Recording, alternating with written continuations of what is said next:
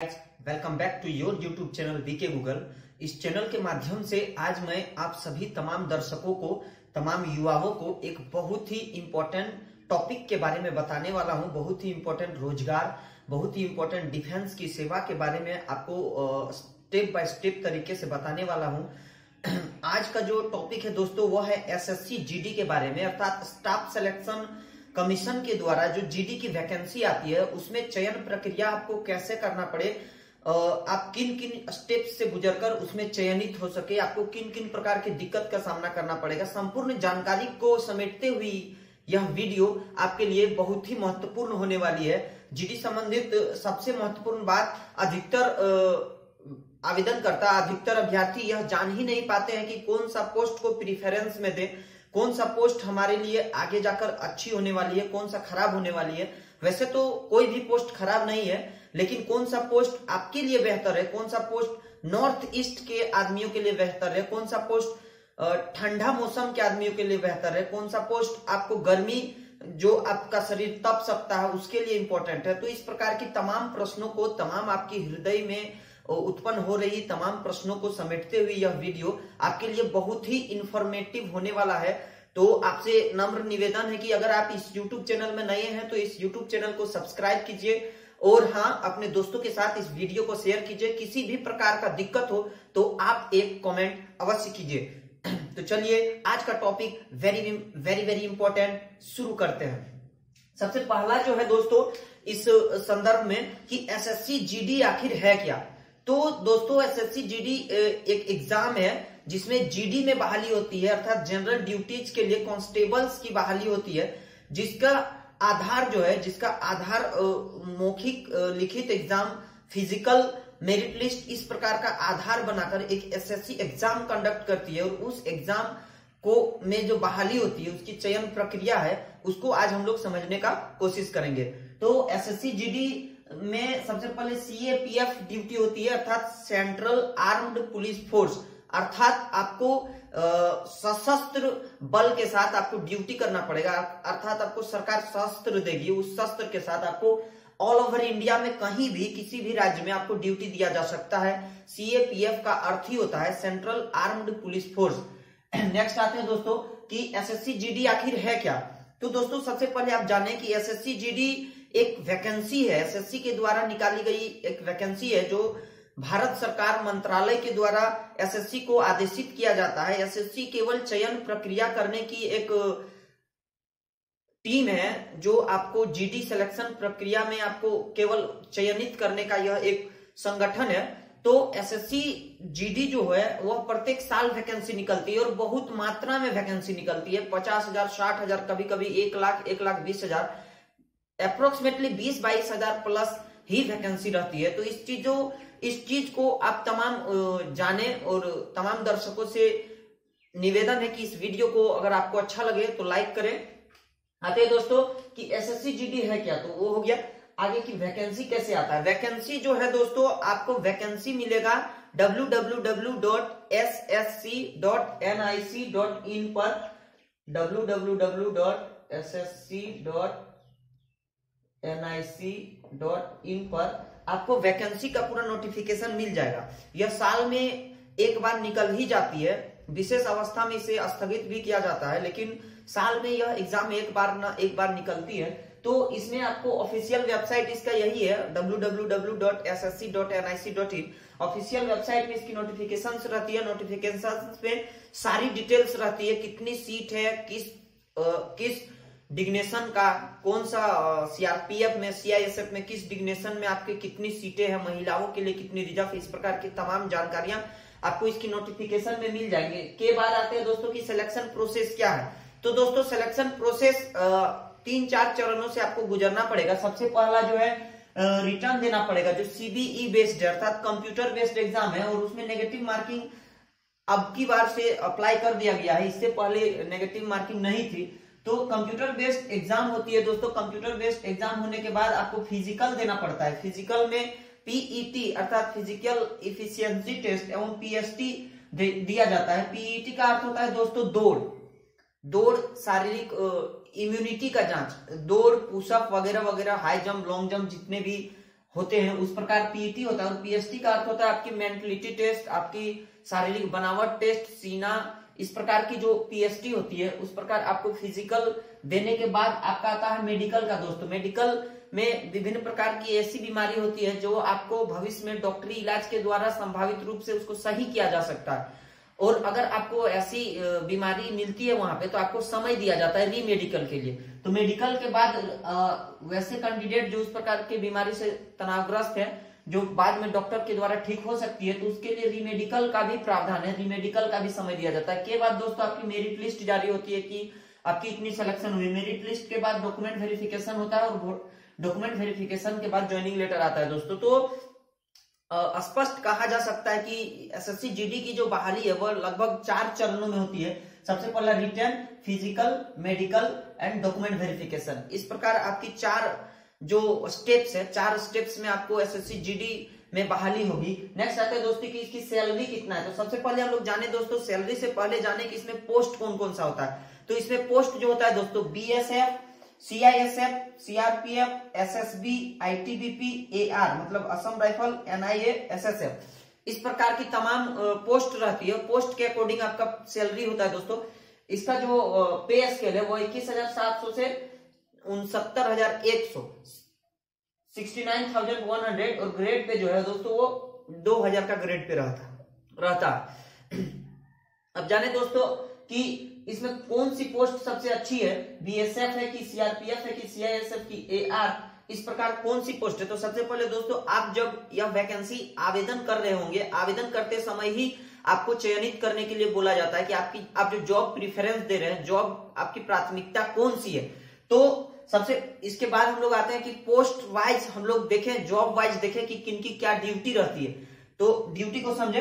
सबसे पहले आते हैं दोस्तों बीएसएफ। बीएसएफ का अर्थ होता है बॉर्डर सिक्योरिटी फोर्स, सीमा सुरक्षा बल। जो आप लोग जानते हैं दोस्तों बॉर्डर में जो सीमा सुरक्षा प्रदान करती है उसे बीएसएफ कहा जाता है। तो बीएसएफ का जो सबसे काम होता है दोस्तों, बीएसएफ का काम होता है आपको सीमाओं पे रक्षा करना, प्रहरी का काम करना।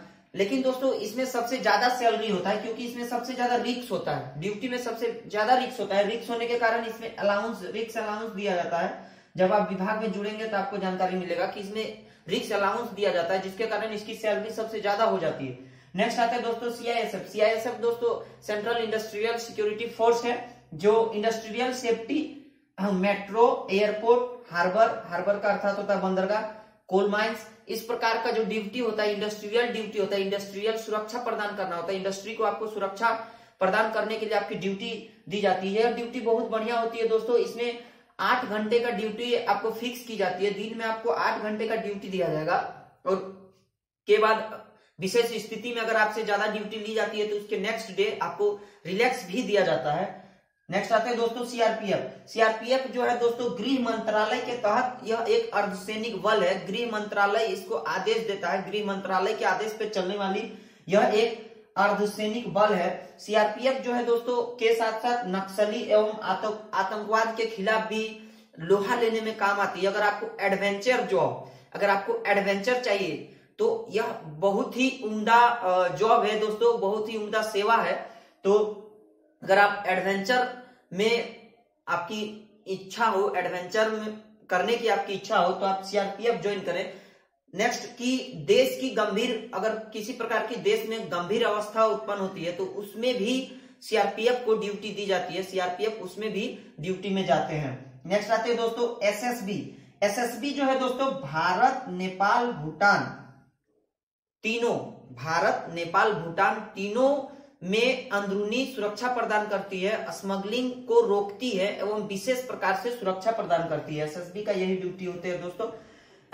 विशेष सुरक्षात्मक के लिए इसे बहाल किया जाता है एवं स्मगलिंग, वैसे प्रकार की किसी भी प्रकार की स्मगलिंग वगैरह की जांच के लिए एसएसबी का बहाल होता है। नेक्स्ट आता है दोस्तों आईटीबीपी। आईटीबीपी दोस्तों एक समझिए कि आपको एक ठंडा मौसम में अधिकतर रखा जाएगा। आप बर्फीले चीन और भारत के बॉर्डर में एज वेल एज कि ठंडा प्रदेश जैसे हो जाता है जम्मू कश्मीर और अरुणाचल प्रदेश वगैरह वगैरह जगहों में आपको विशेष प्रकार की ड्यूटी दी जाएगी। और यह भी एक बहुत एडवेंचर जॉब होती है दोस्तों। अगर आप एडवेंचर के शौकीन है तो आप आईटीबीपी सेलेक्ट कर सकते हैं। नेक्स्ट आते हैं दोस्तों AR। AR का अर्थ होता है असम राइफल।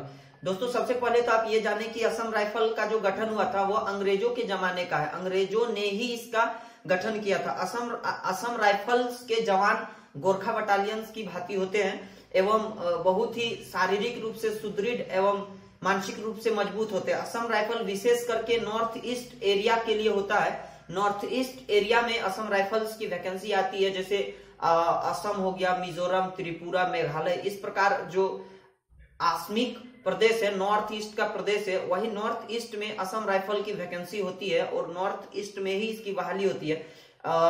इसमें दोस्तों मेन बात यह है कि आपको जब इसका जॉब होगा, आपको जब इसमें होगा तो उसके कल्चर में ढलने के लिए आपको बहुत दिक्कत का सामना पड़ेगा, क्योंकि यहाँ नॉर्थ ईस्ट के आदमी सांप वगैरह खाते हैं। नॉर्थ ईस्ट का रहन सहन, नॉर्थ ईस्ट का कल्चर पूरे इंडिया से थोड़ा अलग है, इसलिए ITBP सेलेक्ट करने से पहले आप इन तमाम बातों को आप ध्यान में रखें।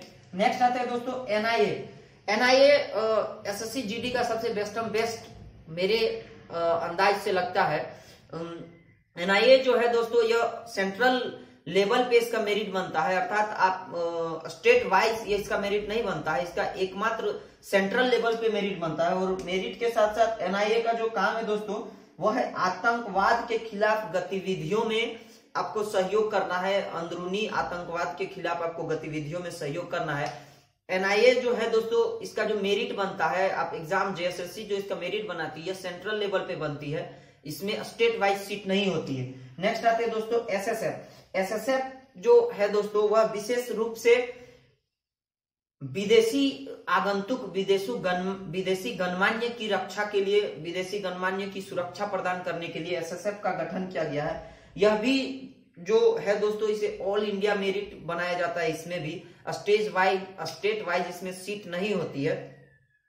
तो नेक्स्ट आते हैं दोस्तों कि पोस्ट प्रिफरेंस में सबसे पहले जो मेरा खुद का अनुभव है, वैसे कोई भी जो सेवा है, कोई भी जो जॉब है वह बेकार नहीं है, वह बढ़िया नहीं है, ऐसा नहीं बोला जा सकता है। तो मेरे अंदाज से जो सबसे पहला प्रीफरेंस रहेगा दोस्तों वह रहेगा NIA का, दूसरा रहेगा SSF, तीसरा CISF और नेक्स्ट जो रहेगा दोस्तों SSB और अगला रहेगा दोस्तों, अगला आप अपने आधार पे चुन ले।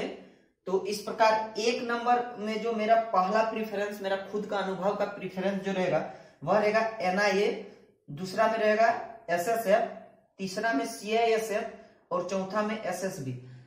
इस प्रकार दोस्तों सबकी अपनी अपनी अभिलाषाएं होती है, सबकी अपनी अपनी जॉब की इच्छाएं होती है। किन्हीं को एडवेंचर पसंद है तो किन्हीं को ठंडा प्रदेश पसंद है, तो किन्हीं को बॉर्डर में जाकर इस देश की सेवा करना पसंद है। आप अपने पसंद के अनुसार जॉब का सिलेक्शन करें। मैं भी इसको अप्लाई किया हूं, बहुत बार अप्लाई किया हूं, तो मैं इसीलिए आपको अपना खुद का अनुभव केवल बताया हूं। और हाँ दोस्तों सबसे इंपॉर्टेंट बात कि बीके गूगल एवं बीके गूगल की टीम निरंतर आपके लिए कड़ी मेहनत करके आसान शब्दों में आपको समझाने के लिए, कोई भी चीज आपको बताने के लिए प्रयास करता है।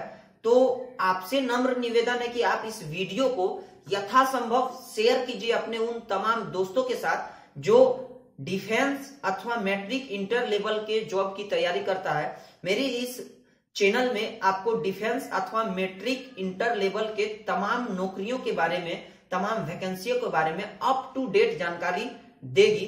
तो आप बीके गूगल एवं बीके गूगल की ईमानदारी पूर्वक कर्म के लिए, ईमानदारी पूर्वक कार्य के लिए इस वीडियो को शेयर करें। अगर आप इस YouTube चैनल में नए हैं तो इस YouTube चैनल को सब्सक्राइब कीजिए। और हाँ, अपने अगर किसी भी प्रकार का, अगर आपको क्वेरी हो, किसी भी प्रकार का आपको प्रश्न है तो आप कमेंट बॉक्स में कमेंट अवश्य करें। इस प्रकार हम लोगों ने आज जाना कि SSC GD की वैकेंसी की पूरी प्रक्रिया को, अगर संक्षिप्त रूप से इस प्रक्रिया को एक बार समझा जाए तो यह है कि SSC GD एक CAPF अर्थात सेंट्रल आर्म्ड पुलिस फोर्स की जॉब है। इसकी वैकेंसी प्रक्रिया जो है वह रिटन एग्जाम जो कंप्यूटर बेस्ड होगा, नेगेटिव मार्किंग होगा, के बाद फिजिकल PET PST, के बाद आता है आपका मेडिकल रीमेडिकल भी होता है, के बाद मेरिट बनता है, मेरिट के बाद वेरिफिकेशन के बाद आपका ज्वाइनिंग लेटर आता है। लेकिन दोस्तों सबसे महत्वपूर्ण बात, आपको पोस्ट का जो सिलेक्शन करना है, उस प्रकार पोस्ट का सिलेक्शन का विश्लेषण जो मैंने किया है, आपको तमाम अनेकों वीडियोस मिलेंगे, लेकिन इस प्रकार का समझाने वाला वीडियोस कहीं नहीं मिलेगा। तो इस कड़ी मेहनत के लिए आप चैनल को लाइक कीजिए, शेयर कीजिए और दोस्तों के साथ शेयर अवश्य कीजिए। थैंक यू दोस्तों, थैंक यू वेरी मच।